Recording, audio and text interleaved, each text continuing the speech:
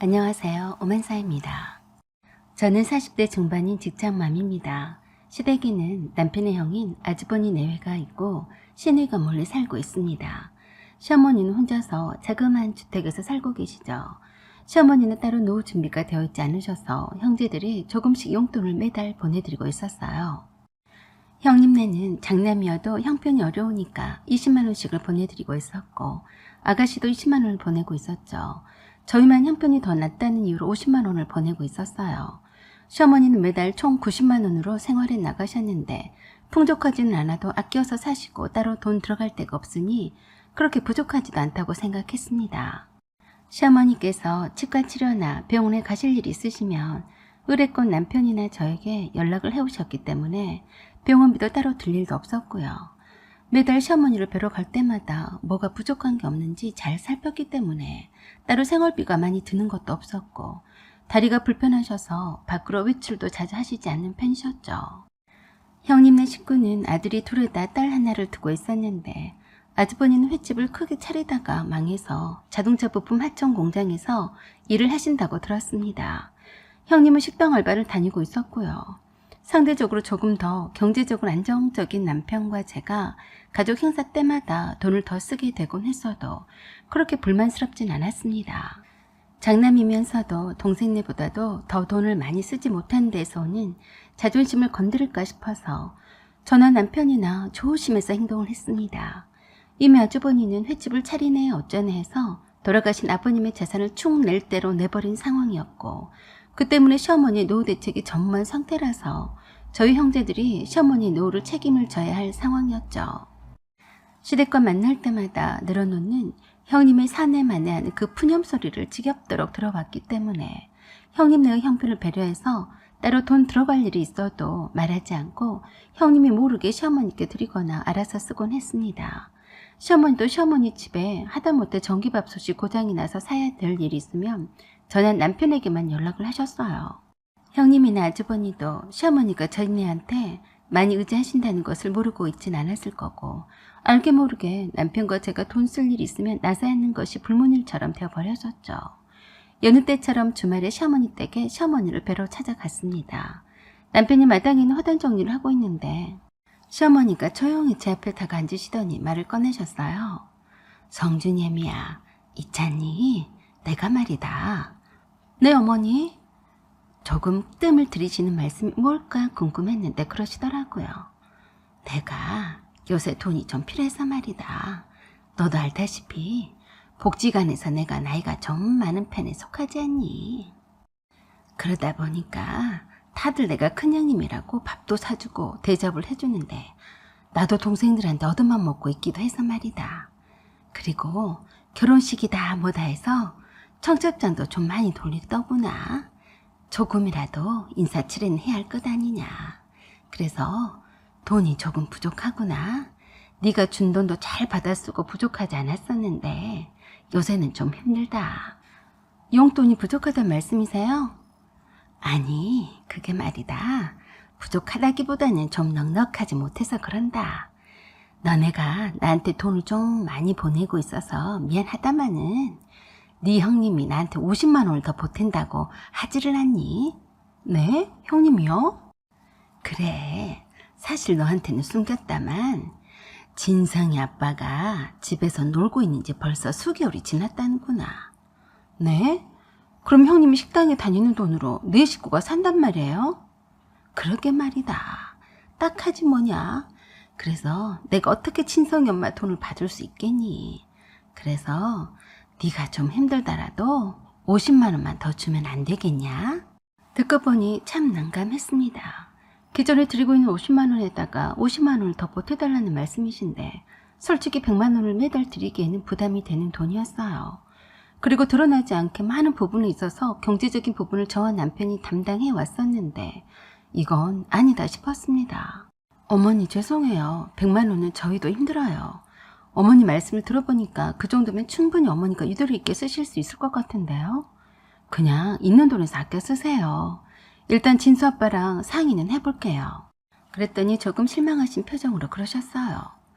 너희들은 제일 잘 살면서 그러니 네 형님은 혼자서 알바를 하면서 내 식구가 사는데도 당장 50만 원을 보내줬다. 여기 봐라. 라고 하시면서 굳이 형님이 보내준 50만 원이 찍어진 통장 잔액을 보여주시는 겁니다. 분명 형님 이름으로 50만 원이 이체된 기록이 있었어요. 저는 조금 이해가 되지 않았습니다.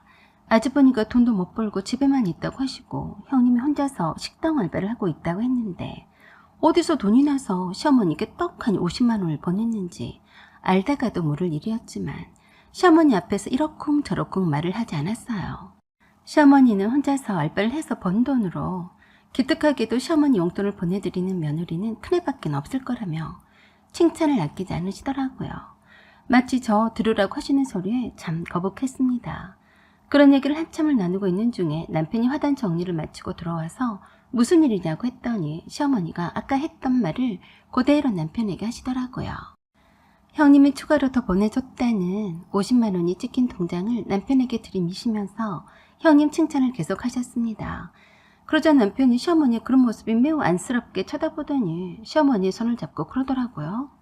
엄마, 걱정 마세요. 제가 50만 원씩 더 보태드릴게요. 제가 좀 더 아껴 쓰고 우리 엄마 용돈을 더 드리면 되는 거죠. 그러자 역시 내 아들이 최고라며 기뻐하시는데 며느리는 제가 한마디로 못 드린다고 했으니 제 꼴이 뭐가 되냐고요. 하여튼 제 남편의 시어머니 사랑은 못 말려요. 그리고 당장에 휴대폰을 꺼내더니 시어머니 계좌에 50만 원을 이체해 주었습니다. 마누라인 나한테는 돈 한 번 주는 것을 인색하게도 굴면서 쉽게도 50만 원을 이체를 해주다니. 시어머니께 드릴 생각이 있었어도 며느리인 저를 배려해서 나와 상의를 한 다음에 다른 날에 입금해드려도 늦지 않을 텐데 시어머니는 역시나 며느리라서 아들만 못하다고 하실 게 뻔하실 거 아니냐고요. 집으로 돌아가는 길에 남편에게 찢는 소리를 했습니다. 자기는 머리가 있으면 생각이란 걸 하고 좀 살면 안 되니? 나는 어머니한테 일단 부담스러우니 못 들을 것처럼 했었는데 당신과 상의해보겠다고 여지를 남겨뒀으니까 나랑 상의해보겠다고 하고 그때 가서 드려도 늦진 않잖아. 꼭 나를 나쁜 사람을 만들면 좋아? 그러자 남편이 그냥 허허허 웃으면서 말하더라고요. 그래, 자기 말을 들으니까 그 말도 일리가 있네. 하지만 우리 엄마 말이야. 평생을 돈 때문에 고생만 하신 분이야. 그 고생을 하시면서 자기 몸을 다 희생해가며 못 먹고 못 입고 얼마나 고생을 하시면서 우리들을 키웠는 줄이 나니? 넌 죽었다 깨나도 그렇게는 못할 거다. 그래서 제가 어이없어서 말했습니다. 아니, 너는 그걸 말이라고 하니? 우리 부모님들이 고생하고 사신 분이 어디 있어? 다 그렇게 사셨지. 우리 친정엄마도 그렇고 누가 그걸 몰라? 내가 하는 말의 요지를 몰라. 그러더니 남편이 깊은 한숨을 내쉬며 말하는데 이해는 가더라고요. 그래, 네 말이 맞긴 한데 우리 엄마가 불쌍하게 통장을 내밀면서 돈이 필요하다는 말씀을 하시는데 마음이 짠하고 안 좋더라고. 얼마나 돈이 필요하셨으면 돈 더 달라고 말하기 힘드셨을 텐데 저러실까 싶어서 말이야. 그래도 아들은 이렇게 엄마 덕분에 잘 커서 잘 살고 있잖아. 그런 아들 앞에 돈 달란 소리를 하려고 통장을 들고 있는 모습이 처량하고 마음이 아프더라. 라고 하면서 갑자기 눈가에 눈물이 맺히더니 울먹이더라고요. 저는 깜짝 놀라서 그랬어요. 자기 벌써 갱년기야? 남자가 왜 울고 그래? 그러더니 말이 따발총처럼 자동 발사되는데 저도 괜히 눈시울이 뜨겁더라고요. 우리 엄마가 사시면 얼마나 사시겠니? 평생에 돈 걱정을 해보지도 않고 편안히 살아보시다가 가시게 해야 되는데 내가 너무 잊고 산 것 같다. 엄마 용돈을 좀 더 넉넉히 드렸어야 하는 건데 그깟 돈이 뭐라고 또 벌면 되는 거 아니냐? 그래서 제가 말했습니다. 그래라, 효도하겠다는데 말리진 않을게. 대신에 자기가 말한 대로 자기 용돈을 아껴서 어머니께 드려. 나는 기존대로 어머니한테 50만 원만 보내드릴 거니까 자기가 골프 치는 거 줄이고 용돈에서 드리면 되겠네. 그러자 남편이 눈물바람을 하다가 소리를 치더라고요. 야, 말이라도 그냥 드리자고 하면 안 되는 거야? 안 돼. 네가 아껴서 드린다며. 자기가 한 말도 줘 담을지도 모르니? 그렇게 해서 제가 공동생활비에서 시어머니께 50만 원을 드리고 남편이 자기 용돈에서 50만 원을 드리게 되었습니다. 시어머니 용돈으로는 매달 170만 원이 이체가 되는 셈이었죠. 이 정도면 넉넉하다고 생각했습니다. 그리고 수개월이 흘렀어요. 그러면서 좀 이상하다는 생각이 들었습니다. 시어머니가 갑자기 주말에도 바쁘다 하시면서 집에 계시는 날이 없어서 뵙기가 힘들었어요. 처음에는 바깥 나들이를 하시니까 좋다고 생각했습니다. 다리가 조금 불편하셔도 바깥 나들이를 하면 다리에도 근육이 생기고 면역도 높아진다고 하니까 그러려니 했습니다. 그러다가 그날도 시어머니를 뵈러 가던 참에 전화를 드렸더니 바깥에 바람 쐬러 나왔다면서 오지 말라고 하시더라고요. 그래서 조심해서 다니시라고 말씀을 드리고는 시어머니 집 근처에 있는 마트에서 장을 받아들일 참이었습니다. 조그만 4층 상가 건물이었는데 화장실에 들렀어요. 그런데 거기 어떤 할머니가 대걸레를 빨고 있는데 더운 날씨에 참 힘들어 보이더라고요. 몸도 왜소해 보이고 키도 작은 몸으로 대걸레를 빨고 있었고 그 화장실 전체를 청소하는 중인 것 같았어요. 꼭 우리 시어머니 같으신 분이네. 자식들이 없으신가? 왜 이런 데서 일하나? 쪼그리고 앉아서 대걸레를 주물럭거리고 있는 모습이 안쓰럽더라고요. 젊은 사람들 같으면 저런 대걸레쯤은 금방 서서 빨아버릴 텐데 라고 생각할 때쯤 그 할머니가 돌아선 순간 저는 기절 초풍한 줄 알았습니다. 바로 시어머니였거든요. 어머니, 이게 뭐예요? 여기서 뭐 하세요? 아이고, 환장할 일이었습니다. 시어머니는 갑작스런 저의 출연에 놀라 자빠지실 정도로 어쩔 줄 몰라셨어요. 제가 시어머니가 들고 있던 대걸레를 뺏어 들고 그랬어요. 어머니가 여기서 왜 이런 험한 일을 하세요? 너 절대 진수 아빠한테 말하면 안 된다. 아니요, 어머니 말해야죠. 어머니가 뭐가 아쉬워서 다리도 불편한데 여기서 이러고 계세요? 그러자 시어머니는 일단 마저 화장실을 청소하는 것을 끝마친 다음에 얘기를 하자면 나가 있으라고만 했습니다. 그래서 제가 가만히 계시라고 하고서 청소를 다 해드렸어요. 그러는 저를 보고서 안절부절을 못하시더라고요. 그러는 도중에 그 건물의 관리자인지 건물주인지는 모르겠는데 왜 할머니가 청소를 하지 않고 있냐며 지랄을 떨길래 제가 그랬습니다. 아저씨가 뭔데 우리 어머니한테 함부로 말해요? 당신 뭐냐고요? 말을 곧다이로밖에 못해요? 라고 했더니 미안하다고 저에게 사과를 하면서 제가 며느리라고 말했더니 대충 자초지종을 말해주었습니다. 저희 시어머니가 사무실로 찾아와서 청소일을 하게 해달라고 사정을 해도 너무 나이 드신 분이라서 거절을 했더니 다른 사람들보다도 적게 받고 하겠다고 자주 찾아온 바람에 일을 하게 된 지가 꽤 되었다고 했습니다. 오고 가는 사람들이 너무 나이 드신 분이 화장실 청소하는 것이 보기가 안 좋다는 말에 몇 번이고 그만두시라고 했는데 자식이 없어서 벌어먹고 살아야 한다면서 사정을 하는 바람에 내치지 못하고 일을 하시라고 했다고 했는데 이렇게 며느리도 있으시면서 왜 그러시는지 모르겠다고 했어요. 저는 시어머니께 당장 이렇게 힘든 화장실 청소일을 그만두시라고 했는데 시어머니는 상관하지 말라고 고집을 피우셨습니다. 그래서 용돈은 도합 170만 원을 받으시면서 왜 쪼달리시냐고 여쭈었더니 다 쓸 데가 있어서 그런다고 하시면서 뭔가 어물쩡 숨기는 눈치였어요. 그러면서 무조건 남편에게 알리지 말아달라고 하시는데 저는 그럴 수가 없었죠. 어머니, 제가 모르면 몰라도 어머니가 이러고 계시는데 자식이 모르면 되겠어요? 어머니가 돈이 더 필요하시면 저희가 드리면 되잖아요.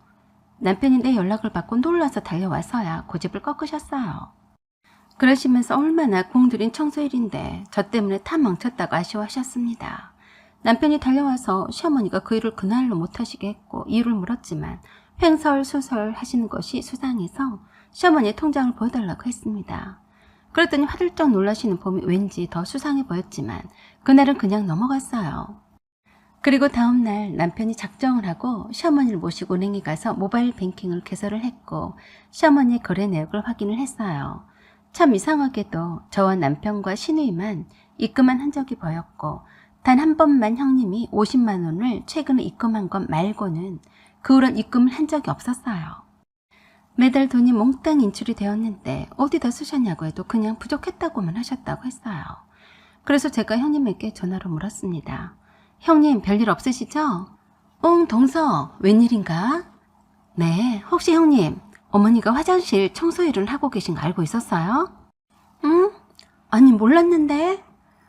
그러게요. 형님이랑 저랑 아가씨랑 보내드린 돈으로 충분하실 줄 알았는데 그것도 부족하다고 청소일을 하시고 계셨더라고요. 아, 그러셨대? 조금 부족하실 수도 있지. 형님도 매달 20만 원씩 드리다가 50만 원씩 드렸다면서요? 아, 그러게 말이네.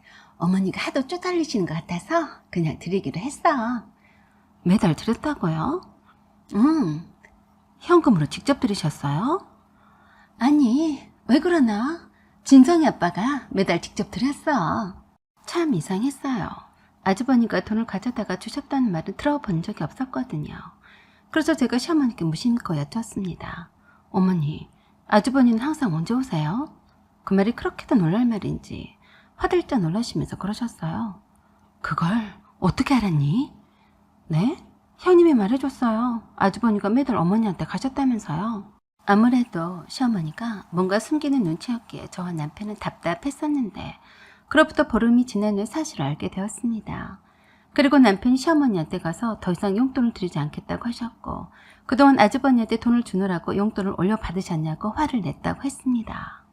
끝까지 그런 적이 없다고 하시다가 설치해놓은 CCTV를 보여드렸더니 더 이상 할 말이 없으셨는지 사실대로 말씀을 하시더래요. 아주버니가 백수라서 돈 한 푼을 벌어오지 않게 되자 시어머니한테 돈을 빌리러 왔더랍니다. 그래서 한 푼 두 푼 빌려주다가 그만 그렇게 되었다고 하시더래요. 그동안에 형님과 아주버니가 드렸다던 용돈을 한 푼도 받은 적이 없었고요. 그래서도 큰아들이 자존심이 깎일까 봐서 저희에게는 용돈을 줬다고 거짓말을 하셨대요. 아주버니가 돈이 들어갈 때가 많은데 딱히 직장이라고 들어갈 만한 곳이 없다면서 하소연을 하더랍니다. 그래서 큰며느리한테 기죽지 말라는 의미로 아주버니 허주머니에 100만 원씩을 주었다고 했습니다. 결국 20만 원으로 생활에 나가시느라 엄청 쪼달리셔서 저희 몰래 청소일을 하려고 아둥바둥 하셨던 겁니다. 시어머니는 큰아들이 돈을 못 벌어서 큰며느리한테 기죽고 살다가 행여라도 이혼이라도 당할까 싶어서 살게끔 해주려고 고민하다가 그랬다면서 남편에게 그러시더래요. 그냥 너만 알고 있고 진수 엄마한테는 절대 모른 척 해라. 걔가 알면 용돈을 당장에 끊는다고 하지 않을 거 아니냐. 그래서 남편이 또 물었대요. 엄마, 그럼 형수가 보냈다던 50만 원이 찍힌 돈은 뭐예요? 그거 말이냐? 네 형이 그러더구나. 용돈을 무작정 올려달라고 하면 안 줄 테고 자기는 돈은 필요하고 그러니까 네 형수가 50만 원을 용돈으로 보냈다고 하면 줄 거라고.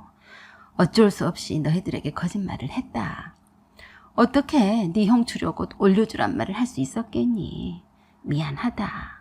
그래서 남편이 시어머니께 바로 말씀을 드렸답니다. 어머니, 죄송해요. 제가 드린 돈은 어머니 쓰시라고 드린 돈이지 백수처럼 집에서 빈둥빈둥 놀고 자빠지는 형한테 갖다 바치라고 드린 돈이 아니에요. 앞으로는 한 푼도 안 드릴 테니까 그리 아세요. 남편은 시어머니께 여러 말도 하지 않고 그 길로 시어머니 집에서 나와서 저에게 자초지종을 다 말해주고 어떤 일이 있어도 땡전 한 푼도 시어머니께 드리지 말라고 했습니다. 그리고 그러더라고요. 세상에 아버지가 남긴 재산을 형이 혼자서 횟집을 한답시고 다 말아먹었어도 불만을 한번 해본 적이 없었는데 어이없네. 그런 후로 모든 사실이 들통인 남마당에 아주버니가 저희 집에 찾아와서 빚쟁이가 돈 받으러 온 것처럼 그러더라고요. 어머니가 내게 용돈을 주시는 것이 그렇게도 곱깝냐? 내가 돈을 못 벌고 무능하니까 네가 형을 우습게 하는 모양인데 세상 그렇게 살지 마라. 그렇게 없이 사는 형 앞에다 대고 잘난 척 하지 말란 말이다. 적반하장도 일본사였어요. 그러면서 말하는 것이 더 기가 막혔습니다. 돈 좀 번다고 요새 떨지 말고 내가 엄마한테 용돈 받아가지 않을 테니까 계속 용돈 드려라. 나도 내가 돈을 벌게 되면 그동안 엄마한테서 받아간 돈도 다시 드릴 테니까 걱정 말고 엄마한테 용돈을 드려라. 지금 2달째 안 드렸다면서. 그래서 남편이 아주버니한테 그랬습니다. 왜요? 형수랑 형이 엄마랑 사기쳐서 내 돈을 뜯어가서 재미나게 잘 썼는데 내가 돈을 안 주니까 생활이 어려워졌어요? 그러지 말고 잘난 동생 돈을 엄마까지 동원해서 삥땅 칠 생각 말고 돈 벌어다 써. 앞으로는 일 없으니까 얼굴 보지 말고 삽시다. 아버지 재산도 형이 다 탕진했으니 잘난 형이 엄마 모시고 잘 사셔. 그 뒤로는 남편이 시어머니 댁에 출입도 끊었고 전화도 차단했습니다. 저도 물론이었고요. 어차피 잘해봤자 아주버니와 형님네 좋은 일 하는 격이니 하나만한 짓이었기 때문이죠. 남편이 효자였음에도 단호하게 나가니까 별 수 없었는지 아주버니와 형님이 더 이상 빚쟁이처럼 시어머니 용돈을 달라고 하진 않더라고요. 시어머니도 참 안 됐습니다. 아주버니에 대한 어긋난 사랑 때문에 효자 아들 하나를 잃었으니 말입니다. 사연은 여기까지입니다. 구독과 좋아요 부탁드려요. 감사합니다.